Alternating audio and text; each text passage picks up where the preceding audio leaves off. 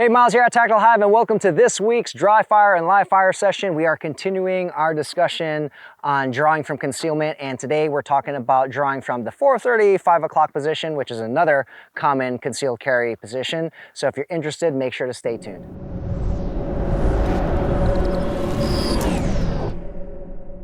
Today's video is going to have a lot of overlap with last week's video, so it will be shorter because a lot of the details are pretty much the same, but there are some other points that I want to drive in that are specific to the 4:30, 5 o'clock position. So remember, you could be wearing a t-shirt, a flannel jacket, maybe have your pistol outside of your shirt and then a flannel over. There are lots of different combinations. We're going to start off with just wearing a t-shirt here.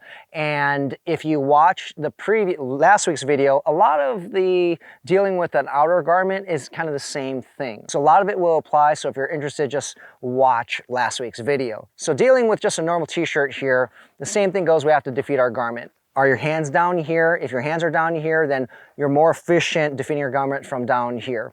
If your hands are up here for whatever reason, you're going to be more efficient defeating your garment from up here. But you might have limitations based on body type, things like that, which I discussed last week, and I'll reiterate today.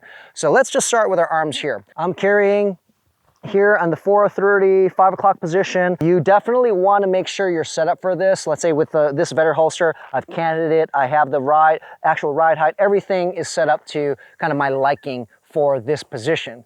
If you don't have that set up properly, then your draw stroke might not be very comfortable. So make sure you're set up there where you're not printing as much and it's comfortable to grab the gun. The gun's going to naturally be where you move your hand. Okay, so we're assuming that setup is already done. All right, so let's discuss the first position here with your arms here if they were kind of down here. Now with the 4:30, 5 o'clock position, it doesn't really matter where your hands are in the front or the back. You're pretty much going to be doing the same type of pull. Why? We need to clear a lot of this garment out. Now here's the detail. Depending on your body type, most people have to do a little bit of a bend because the gun is so far back. So if I just do this with the 3 o'clock position, this might clear the gun here in the 3 o'clock position, but notice how you see the gun is covered. So I need to turn. See, notice how I kind of leaned to the side and I'm helped clearing away after I pinned the garment. Now I can grab the gun. So it's a little uncomfortable. It can be, right? And there's more movement. I need to now bend to the side. Once again, if I do the typical pulling on a 45-degree angle, which will typically clear a 3 o'clock carried gun, now it doesn't work, okay? If my hands are here, I do this straight up, it's not gonna work, right? It's not going to defeat the garment. So regardless if I'm here or here, I'm going to pull more on a 45-degree angle on the side, and I have to also kind of bend and torque my body so that now I have cleared the garment. Now I pin, and then I go for the pistol. Okay, I grab the pistol just like we talked about. Nothing else changes. I'm wrapping my hands around, whether my hand is high on the pistol, touching the back plate, so on and so forth. Touching on if my hands were here and I have to defeat the garment, this is where, similar to the 3 o'clock position, depending on body type, it may work for you. I'll tell you, for me, in this carry position, I can't get it to work, whether it's because my arms are shorter, whatever it is. But if I try to defeat the garment from here, it's always bundled up. For me, there's no way. I need to have positive control at the very bottom and then basically whip it out over the gun as I bend my body. Now I'm doing that, it looked a little weird there. I'm doing that just to show you the gun, but I have to bend my body and now I can access the gun. So those are the key details when defeating the garment for the 4:30, 5 o'clock position. The difference there is if you're using just your firing hand, I'll discuss using both hands in a second. If you're using just your firing hand, you are pulling to the side and kind of on a 45-degree angle. Doesn't matter where your arm is on the garment. And for me personally, I have to grab at the very bottom. I have to also tilt to open up space to really make sure this garment is defeated and I have a good grip. Now let's talk about if you're using your support hand to defeat the garment and you're carrying 4:30, 5 o'clock. Understand that I've seen this work for some people and not for others. For me, it doesn't work out very well. But what I've noticed, even for the people who are able to do this, they get a little bit bundled up. So we talked about how I have to kind of bend here to get this gun out, okay? When I see people do this with 2 hands, I notice they really have to grab deep and they bend far as well. And that might work for you. You might be okay with kind of moving back and forth here. I don't like that, so just like the 3 o'clock position, I would default to just want a one-arm draw so that this hand could be doing things. Of course, the situation might dictate, and maybe I will have to do this, but that wouldn't be my go-to. So just remember that if you're doing this method, you're gonna have to go really far, and most likely you're gonna have to bend also like this to clear up the gun. Okay, so those movements can telegraph that you're going for a gun to a potential threat. So just keep that in mind. That's one of the biggest differences to drawing from the 4:30, 5 o'clock position. Again, that bend. The second big detail I need to be aware of when drawing from the 4:30, 5 o'clock position is having proper muzzle discipline. What do I mean here? If you're drawing from appendix or 3 o'clock, you really just have to take that gun out, then you can point it down range. When someone is drawing from 4:30, 5 o'clock position, particularly for beginners, there's a chance when they pull out this gun, notice I might want to be shooting someone down here, a threat, but notice I might flag you on my way to the target, okay? So if you're carrying this position, it is very important that you have to have proper muzzle awareness, keeping that muzzle pointed down to the ground until you're ready to engage or you're getting to the target zone. So let's say if you were my target here, I'm defeating my garment, notice my little bend like I talked about that first detail. You might not have to bend that much, but I do, okay? Once I'm here, notice where my muzzle is. I'm gonna start here, then I'm gonna turn you. I keep it down range, so right here it's down. So I keep the gun pointed down and I'm gonna turn here, face the camera, so it's pointed down. Then I begin to move it closer, meet my hands, and everything else is the same. That's a key detail here. You do not want to bring out this gun and it starts flagging people as I get to my two-handed grip. So keep that in mind. That's the second detail there. So 2 major details. You're going to have to kind of torque your body a little bit more. It does telegraph a little bit more, but that might be your preferred carry position. And the second detail is be careful of flagging.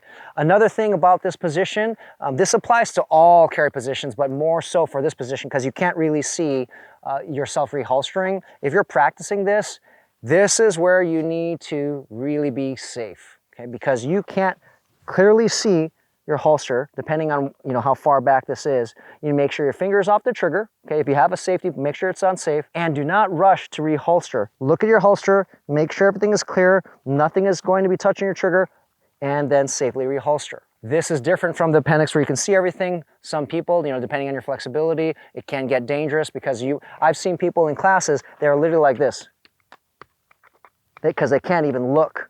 Okay, they can't even see. So that's something to consider too. If you're practicing and you can't even look, then you need to slow things down. I understand in real life, if you're in a engagement, that gun is not going to go in your holster until everything is done. So you wouldn't have to worry about it. But if you're doing reps and reps and reps, the chances of you having a negligent discharge are higher. So really be aware of that. All right, set up to do some live fire shots, but everything that you're working on can be done dry fire. Right, you can really, you actually don't have to shoot any live ammo to work on your draws. But adding ammo does, change things up. Again, people can get nervous, and so you want to get past those nerves by practicing with live ammo. What you want to do here is break things into steps again. You don't necessarily have to go for the full draw. What I would recommend is, depending where your hands are, you pick and choose your garments wisely and practice from there. I'm not going to show every single variation. You can watch the beginning of this video and last week's video, which dive into more details about if you're carrying or wearing a button-up or flannel or a jacket or anything like that. I'm just going to do the live fire demonstration using a shirt. So here, I'm breaking this into chunks. So if I'm just starting out, maybe for me, all I want to do is defeat my garment and then pin it. So I'm going to turn here. Target is over here, but I'm kind of turned over here so you can see. So I might just do this to start, okay? I might just do that and then verify that I have a good grip. So I stop here. I'm not really grabbing, but my rep is literally just this, and this can be done dry fire too. I'm bending the side, defeating my garment, and pinning it. So notice how I'm bent a little bit, okay? That is my rep. Then when I feel comfortable, I'm doing that consistently, then I might defeat the garment, pin, and grab, okay? I might break that down into 2 steps first. So I might do this, okay? I'm doing the same thing. I'm bending a little bit, pulling this on a 45-degree angle, pin, stop, and then grab. So that is my second rep, okay? Second variation. Then from there, I'll smooth it out. I might do this, where now I've gone directly to the grab here, okay? I'm just bending like this, torquing myself so you can see it better. Once I'm here, then it is time to work on the actual draw. From here, the main thing I want you to be focused on as you're starting is you're going to pull the gun from the holster, keep it facing down. So I'm right here, this is how it would look right now. Pull the gun, it's facing down. My support hand is not gonna stay out here for practice, okay? Later on, you know, situation depending, you might be using this arm for something, but let's build good habits here and be safe. As this gun is out here, I'm going to bring it in so I can marry both of my hands. Notice, I'm not pointing down range yet with my gun until my hand is clear, and then I grab, and then I break the shots, okay? Go through your checklist, all that stuff, but if you're overwhelmed with the draw, then just focus on the draw mechanics. As I talked about last week, you can look at everything you're doing first, really slow, look at everything so you're safe, and then as you feel more comfortable, there are certain parts that you will not pay attention to because you're doing it well. Another area where I want you to be slow and deliberate is when you're reholstering. Finger off the trigger, look at your holster, make sure it's safe, nothing is going to be touching your trigger or is in the trigger guard, and then reholster safely, okay? That is something you can do slow, right? You don't have to speed up. Now you're ready to do another rep, and the approach here would be to do everything smoothly, right? It doesn't matter how fast it is. You don't want to be choppy with your motions. You can go nice and smooth, and then break your shot, finger off the trigger, reholster safely, everything is fine. And as long as you're smooth and you're safe, then little by little increase the speed. So maybe now I'm going to do the two-handed version here, which I don't normally do, but if I'm doing the two-handed version, I'm trying to go a little bit faster, and then I'm happy, reholster. Notice my muzzle here, when I'm doing this or this method, my muzzle is down and then faces forward as I'm getting my two-handed grip. So I'm maintaining good safety measures there, so good safety practices. And this is really all it is. You can do all of this in dry fire, do it incrementally, then do it smoothly, then build up the speed.